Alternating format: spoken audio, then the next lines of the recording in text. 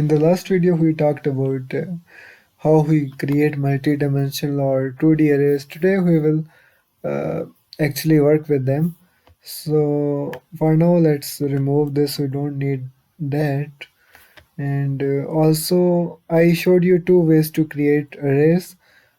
So as you know, you can create it like this, or you can create like this. This one is kind of tedious, and we will get back to this one. But let's try printing this array. So how will you print this array? So now we come to the logic of this. So this is all the information we need for printing. So if you focus, you can see a pattern. You can see a pattern. Remember we printed different shapes, so this is also a similar case. We have to see the pattern. So our first pattern is that for each for to print each array or each row, our row number will stay the same, but our column will change. So our column will go from 0, 1, 2, 3 up to n, but our row will stay the same. So which means we need two loops. We need nested loop. So I'm gonna use for loop. You can use while as well, but I think I wouldn't recommend it here. It will make it more complex. So to print arrays, we usually use for loop. So for our first but before we start printing, I want to show you one little thing. So if we have an array, so how we check the size of multi-dimensional array. So this is our array. So let's calculate the size of it. So uh, similar to one-dimensional array, we can use the length function. So let's run it. Let's see what it gives us. It should give us 3. So as you can see, we're getting 3.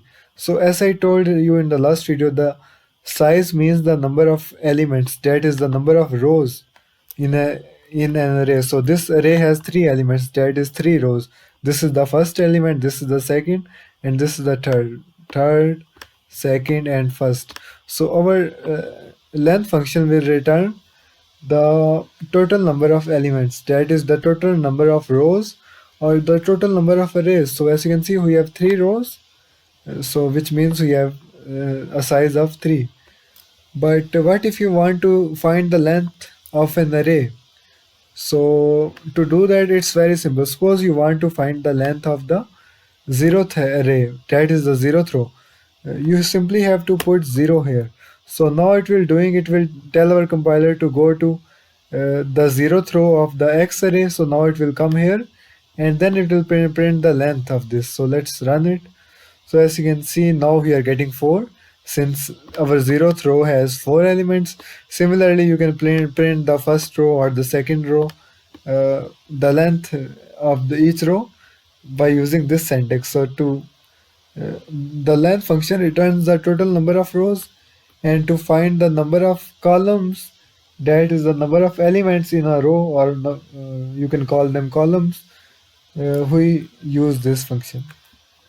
So let's print this array. So our outer loop will be execute from, I'm gonna call it rows. You can call it I or whatever, but I think rows is more convenient.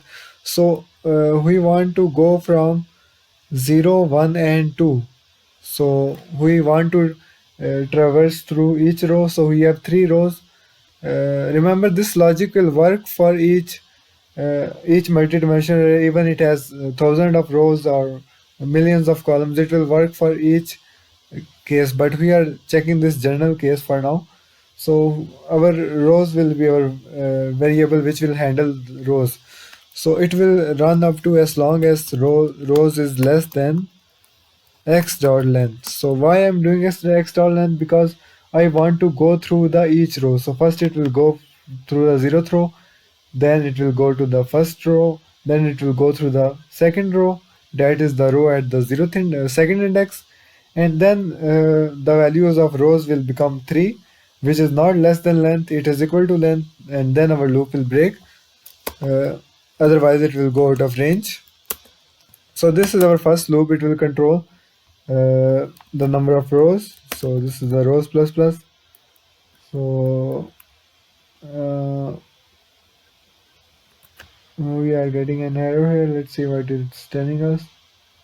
So right, we have to initialize it. So I'm gonna initialize it to 0.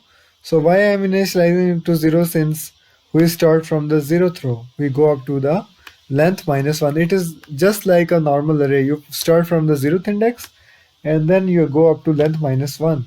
So instead of doing, if you don't want to do the less than sign, you can do the less than equal to length minus 1. Both mean the same thing. Uh, and now we have to print each element, right? So to print each element, uh, first we need to iterate through each element. So now I will have a variable called columns. You can give it any name. It will also begin from 0 since this number is stored at the 0 0 index, that is 0th row and 0th column. And columns, so the condition is kind of tricky, but it's easy. We have already seen it. So uh, we want to go up to length minus 1. It is exactly like this. But what will change now? So instead of writing x dot length, we will write columns is less than xi dot length. So if you have been following with this video, you should be able to understand it, but I will explain it in a minute. So now we got our both loops done, and we will write rows here instead of I, since rows is our variable. And now we have done it. We have created a logic. We simply have to print the elements now. And so here I am doing x dot length. Why I am doing x dot length? Because I want to go from the 0th row up to the length minus 1. That is 0, 1 and 2 in this case. So this logic will work for any 2D array. So I'm just giving an example here. And so this is just like a normal array. You can think of it like three elements. These are three elements, 0, 1 and 2, or 1 to 3. And you are accessing each element, each row of this array through this logic. So this logic will access each row, and this loop will run as long as x columns are less than the number of elements in rows. So suppose our rows is 0. So our columns will run from 0, 1, 2, and 3. Then it will break since 4 is. So this will statement will return the length of the row. So if our rows is 0, it will obviously return the length of the 0th row. And then we are incrementing. So then we can simply print the all the elements. We can simply use the println function or print function.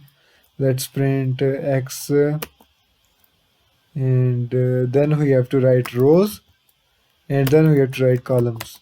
So remember I told you here, here's the pattern. So we know our row will stay the same. So our 0 will stay the same. Our row will stay the same for this whole loop, and these values will keep changing. That will go 0, 1, 2, and 3. So this is our logic. Let's run it. As you can see, we are getting all the value printed here, but they are printed linearly, like they. Let's beautify our code a bit. Instead of doing println, let's print them to the same elements, the same line, and let's insert a space after each element. Let's run our program now. So now it is better, but I want to insert a new line after each row. So once I have printed this row, I want to insert a new line. So once this loop has executed, we can simply use the println part. So after all elements of a row have been printed, we will simply use the println function. So now as you can see, we got our row, and this is our whole 2D array. So we did it, we managed to print it. So this is how we print 2D arrays, and that's it for today's video. Thank you for watching.